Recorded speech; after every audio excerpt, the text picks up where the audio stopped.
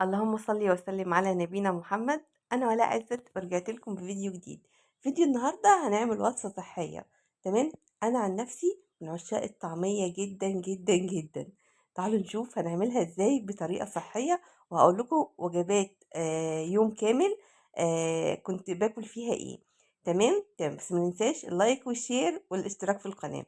اول حاجه انا جبت كوبايه فول مدشوش، وجبت فلفلاية خضراء، وجبت كزبرة وبقدونس، وجبت بصلاية وفص توم.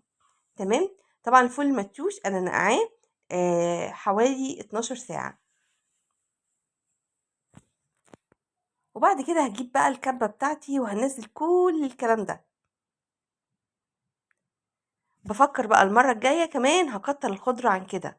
تمام، على كوباية الفول دي هكتر الخضرة عن كده، ممكن احط حزمة او اتنين خضرة، علشان خاطر طبعا اقل كمية البقوليات اكتر من كده.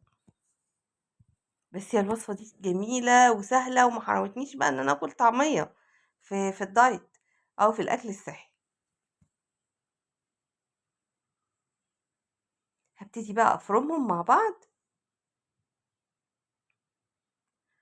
هي الكبة طبعا مش بتفرمها لي ناعمة قوي الا اذا ضفت شوية مية، وانا الصراحة ما كنتش حابة اضيف مية خالص، فهعملها بالكبة وهوريكم وصلت لانهي مرحلة.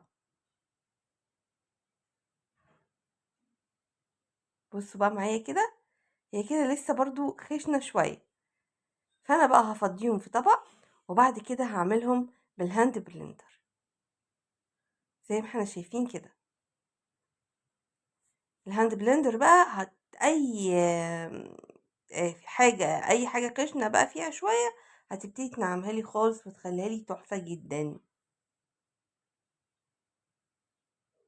بصوا بقى، اللي ما عمليش لايك وعمل لي متابعة يا ريت او اتمنى يعني ان هو يعمل لي، انزلوا اعملوا لي لايك دلوقتي، والناس اللي مش مشتركة معايا تعمل لي اشتراك. هنزل لكم وصفات صحية الفترة الجاية حلوة قوي، وشجعوني يا جماعة بقى على الدايت بقى والاكل الصحي شوية.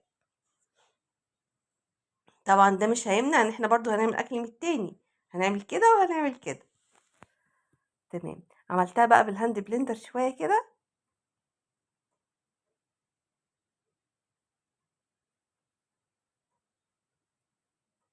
لحد لما خلاص تنعم معايا خالص. ده طبعا الهاند بلندر بتخليني ما اضيفش ميه. بصوا بقى هي كده خلصت معايا، ما خدتش وقت خالص. هحط عليها كمون وكزبره، واحط عليها ملح الهيمالايا، هو بيبقى لونه بينك شويه كده. طبعا احنا عارفين ملح الهيمالايا اللي هو الملح الصخري بيبقى طبعا صحي اكتر في الاستخدام. وعامله لكم حلقه حلوه قوي، جايبه لكم مشتريات صحيه. تابعوني ان شاء الله عشان هنزلها لكم الفتره الجايه، هوريكم انا جبت ايه. خلاص كده جاهزه وبقت زي الفل معايا، مفيش اسهل ولا احسن من كده.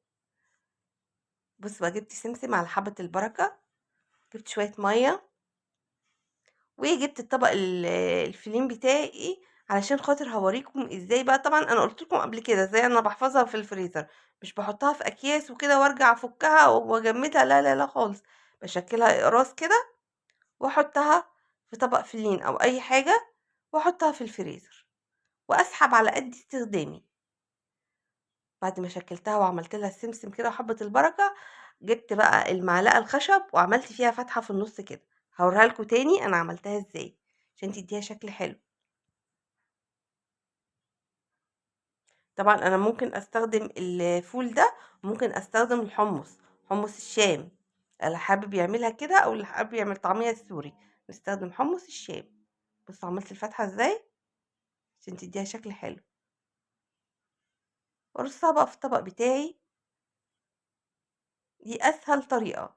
الشركات الكبيرة بتاعة تفريز الخضروات أو الأكل عموما بتعملها كده. تمام. بصوا خلصت الكمية.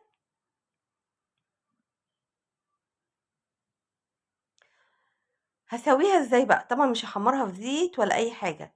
اللي عنده اير فراير خير وبركة يعملها فيها على طول، اللي ما عندوش هيعملها زي كده. هدهن الصينية، اجيب صينية تيفال طبعا أو سيراميك أو كده، وهدهنها شوية زيت زيتون صغيرين جدا.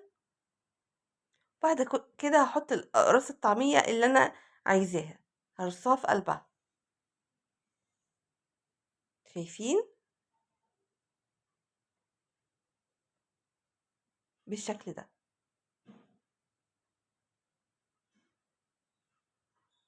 تمام. وهبتدي ادهنها من فوق برضو بزيت الزيتون. اللي مش حابب طبعا انا هحطها كده في الفرن، هحط الصينيه في الفرن، اشغلها بقى من فوق ومن تحت لحد لما تحمر وتستوي معايا. اللي مش حابب يحطها في الفرن ممكن نعملها على البوتاجاز، بس نوطي نهدي النار خالص ونحمر. بصوا بقى بعد ما خرجت من الفرن، تحفه جدا وحمرت وبقت جميله، ولا شاربه زيت ولا اي حاجه، وخفيفه جدا. بصوا محمره من تحت ومن فوق. ممكن اعمل العمله دي على البوتاجاز وهدي النار واغطي برضو الصينيه بحاجه، وبعد كده اقلبها على الناحيه التانية، اقلبها على الناحيتين. لو مش حابين نعملها في الفرن. بص بقى نعمل معانا سندوتش بقى فطار تحفة جدا. انا جبت العيش ده، ده عيش سن بالدقيق الاسمر. ابتدي افتحه بقى. طبعا الدايت بتاعنا من غير حرمان، مش هنحرم نفسنا من حاجة. حطيت بقى في الاول فيه ده كرومب وجزر مبشور، كرومب اللي هو بتاع السلطة. وهرص الطعمية بتاعتي بقى كمان. لا، قلت اعمل طماطم الاول. تروح طماطم. بص بقى الساندوتش بتاعي كتر الخضرة فيه قوي. تمام. تمام. احط الطعمية بقى كده. نهتم بالخضروات قوي يا جماعة في الدايت. واحط كمان خيار، اللي حابب يحط جزر. لو حابين برضو نحط مخلل خيار او اي مخلل، نوع مخلل تاني، مفيش مشكلة خالص. عايزين ترشوا بقى شوية توابل، شوية دقة او اي حاجة، تحفة جدا. دقة زعتر برضو تبقى حلوة قوي. بص السندوتش بقى جميل جدا، شكله يفتح النفس. ده كانت وجبة الغدا بتاعتي، كانت عبارة عن سي فود. انا نزلت لكم فيديو ليه بصوص الكيجن، حلو قوي، معمول في الكيس الحراري، ودي شوربة سي فود وشوية رز صغيرين. عارفين الكوبايات المعيارية اللي هي النص دي كوباية، هي دي بالظبط. نعاير بيها رز وكفاية كده قوي. دي كانت وجبة الغدا. الفطار كان سندوتش الطعمية، الغدا كان سي فود وشوربة سي فود. طبعا وجبات حلوة جدا وسهلة. يا ريت بقى تتابعوني الفترة الجاية ونشوف احنا هنقدم ايه. دي الطعمية بعد ما خرجتها من الفرن، بصوا متحمرة وجميلة ازاي، كأنها متحمرة في الزيت بالظبط. لو عجبتكم بقى الوصفات ما ننساش اللايك والشير والاشتراك في القناة. وطبعا تابعوني وشجعوني ان انا اعمل اكل صحي الفترة الجاية دي عشان نقلل من وزننا شوية. ما ننساش بقى اللايك، وباي باي.